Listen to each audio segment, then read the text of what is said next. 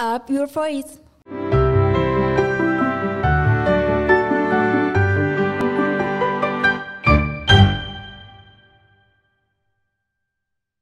Assalamualaikum warahmatullahi wabarakatuh. Waalaikumsalam warahmatullahi wabarakatuh. Oke, balik lagi bareng kita di podcast ESA. Tentunya bareng saya Wike dan ditemani bareng 3 teman kece kita dari KPI. Mungkin teman-teman bisa ngenalin dirinya terlebih dahulu. Nama saya Maulana. Nama saya Novel Hadi. Nama saya Asif David Ramdhani. Oke, terima kasih buat teman-teman yang udah nyempetin waktunya di siang ini buat gabung bareng kita di podcast ESA ya. Iya, sama-sama. Jadi setelah di episode kemarin di podcast ESA teman-teman kita bahas tentang SEA Games. Dan kali ini kita bakal bahas tentang pengunduran diri yang dilakukan oleh CPNS ya, atau calon pegawai negeri sipil. Menurut teman-teman apa nih yang menjadi alasan utama para CPNS ini mengundurkan diri? Ya, yang pertama itu menurut pengetahuan saya itu gajinya kecil, jadi tidak sesuai dengan ekspektasi yang CPNS-nya tuh. Iya. Terus yang kedua itu penempatan di suatu tempat. Jadi kita semisal ada orang yang keterima CPNS ya, keterima PNS terus ditempatkan di suatu tempat di pelosok gitu.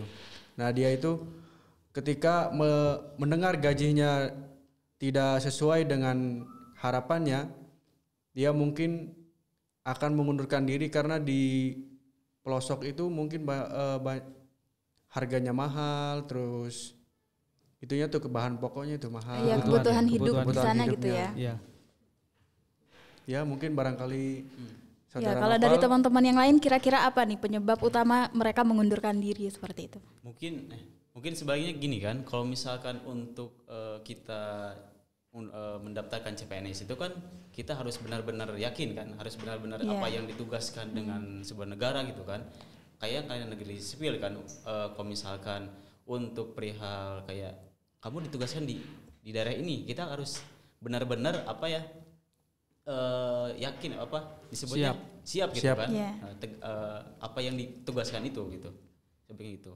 Tapi kalau untuk jangan dari lihat nilainya gitu, jangan misalkan kita pengen gajinya segini gitu kan, tapi kan kalau misalkan untuk dibalik itu kan kita harus punya usaha sampingan gitu kan. Kalau misalkan mau nilai dari untuk jangan menggantungkan hanya di penghasilan PNS begitu ya. Iya.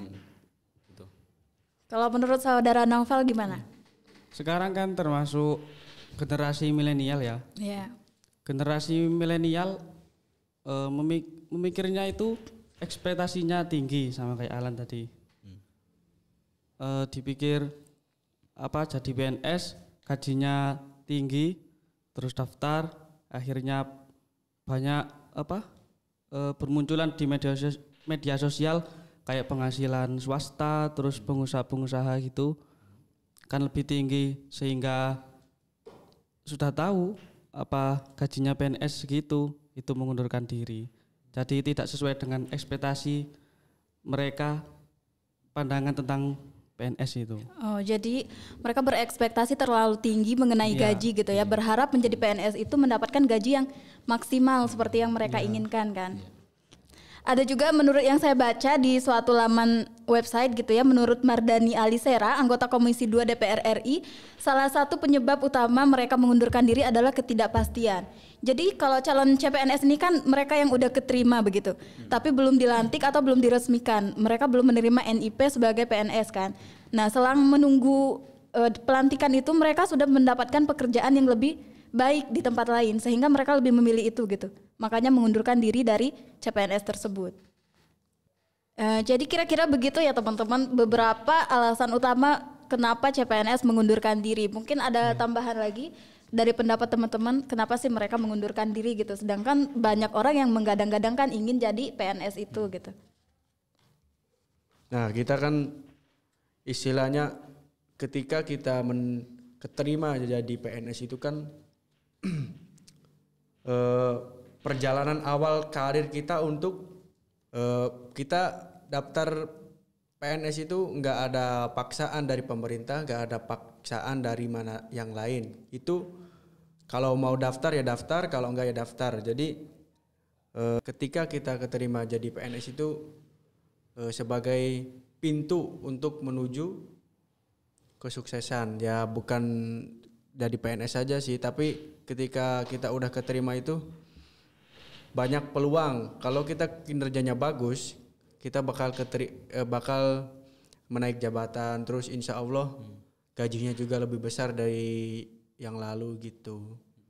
Menurut saya sih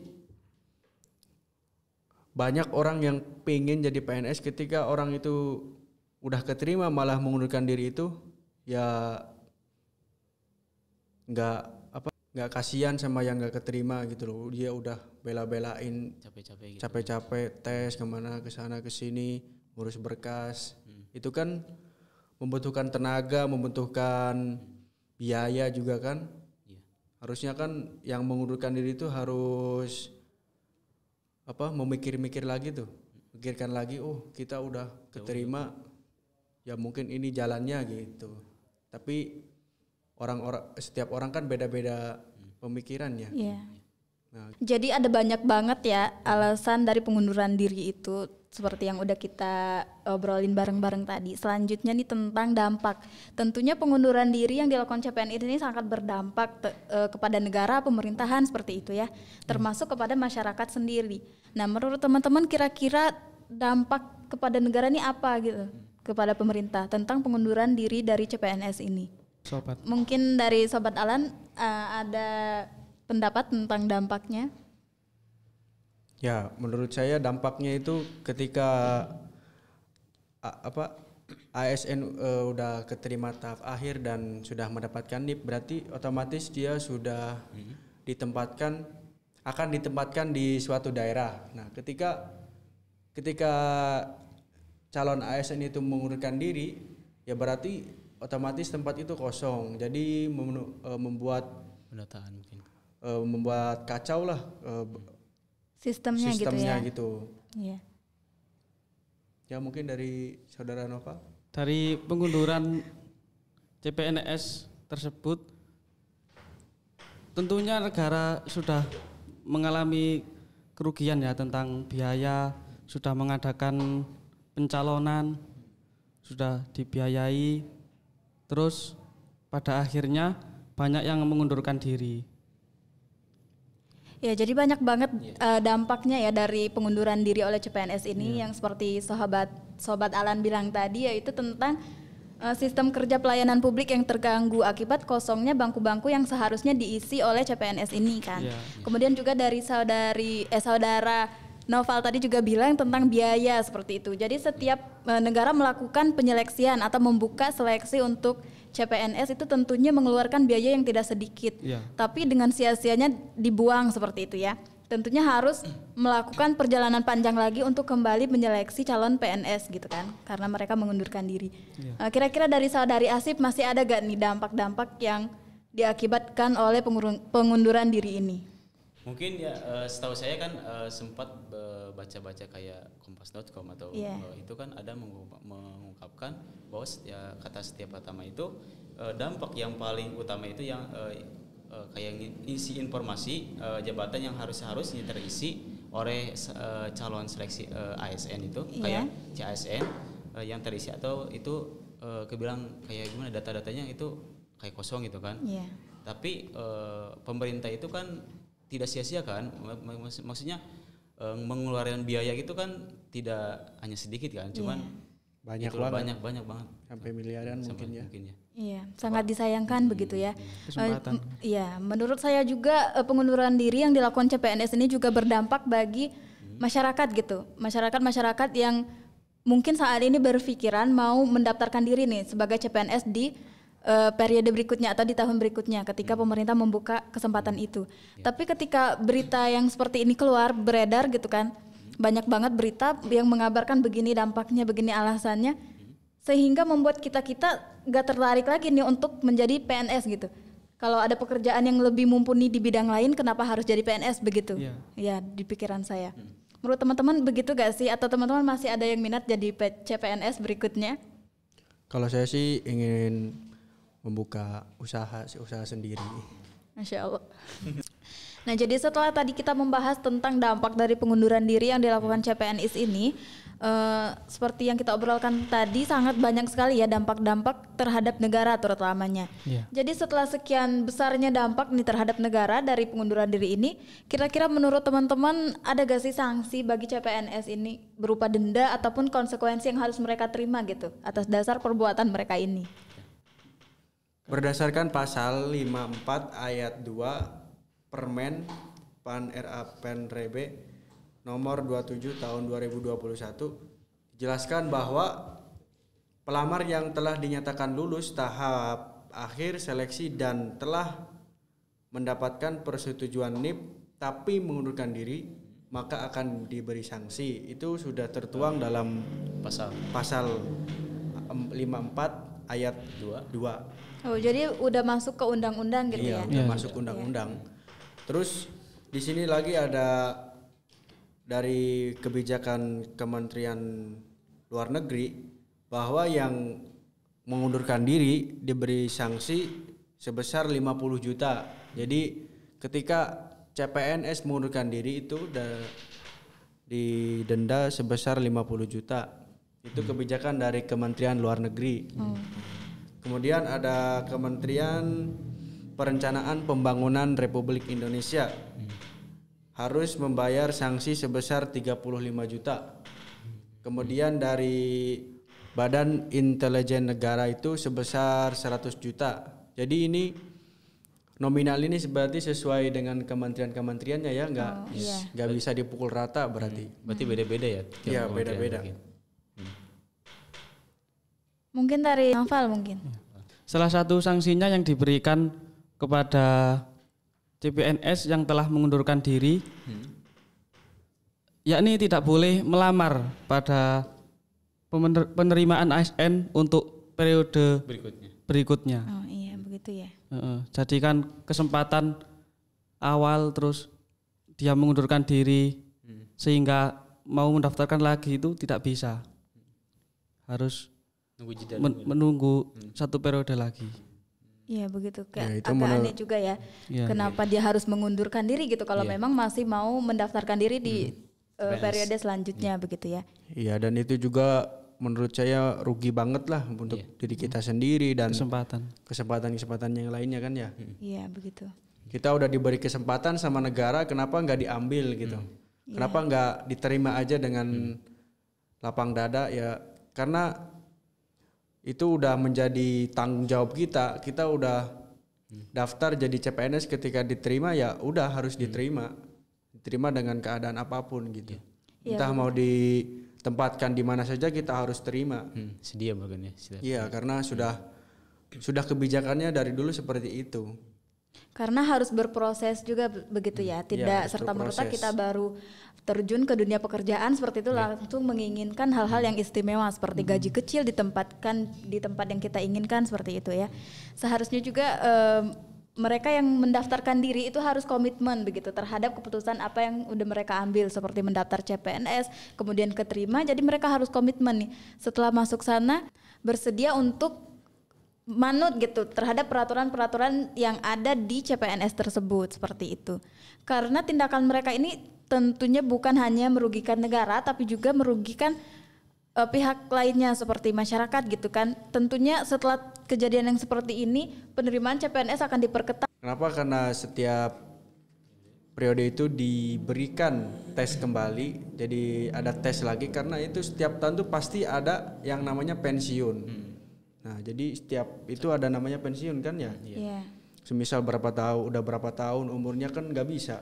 Jadi diganti sama yang baru. Nah, ketika yang baru itu mengundurkan diri berarti otomatis kekosongan pemimpin, istilahnya kekosongan bangku jabatan gitu.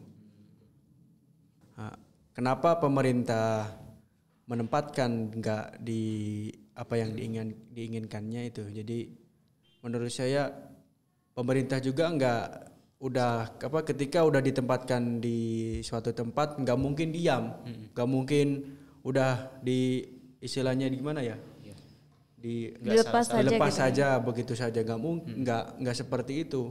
Pemerintah juga pasti menilai bahwa gimana kinerja di sananya. Sekarang ya kinerja di rantau aja udah kayak gitu, apalagi kalau di apa yang diinginkannya kan. Ya. Jadi pemerintah itu menyeleksi lagi lah intinya, melihat oh ini kerjanya bagus enggak, oh ini sesuai dengan apa yang diinginkan pemerintah enggak gitu. Iya. Jadi gitu teman-teman ya, pembahasan kita sangat luar biasa dari tadi membahas tentang alasan, dampak sampai ke sanksi yang bakal diterima oleh pengunduran CPNS ini ya. Sebelum kita mengakhiri perbincangan kita pada siang ini, kira-kira teman-teman ada pendapat dulu gak nih atau closing statement seperti itu mengenai pengunduran diri yang dilakukan oleh CPNS ini? Nah, pesan saya sih ketika kita udah keterima jadi PNS, nah itu harus mempertimbangkan kembali kalau kita mau mengundurkan diri, karena itu tadi dendanya itu nggak sedikit buat kita ya. 35 juta, ada yang 50 juta, ada yang nyampe 100 juta, itu kan nggak sedikit. Iya. Sedangkan ya mungkin mayoritas kita kan nggak menengah ke atas gitu, menengahnya ke bawah atau yang di tengah-tengah lah. Terus pendapatan orang tua juga kan nggak banyak gitu, nggak sampai segitu. Kita mau bayar dari mana gitu kalau kita mengundurkan diri dan harus membayar denda itu. Mungkin dari saudara Asif? Untuk masalah pesan saya sih, kalau misalkan kita benar-benar yakin gitu kan, atau benar-benar yakin pengen jadi CPNS atau tugas sipil negara gitu kan, emang benar-benar kudu harus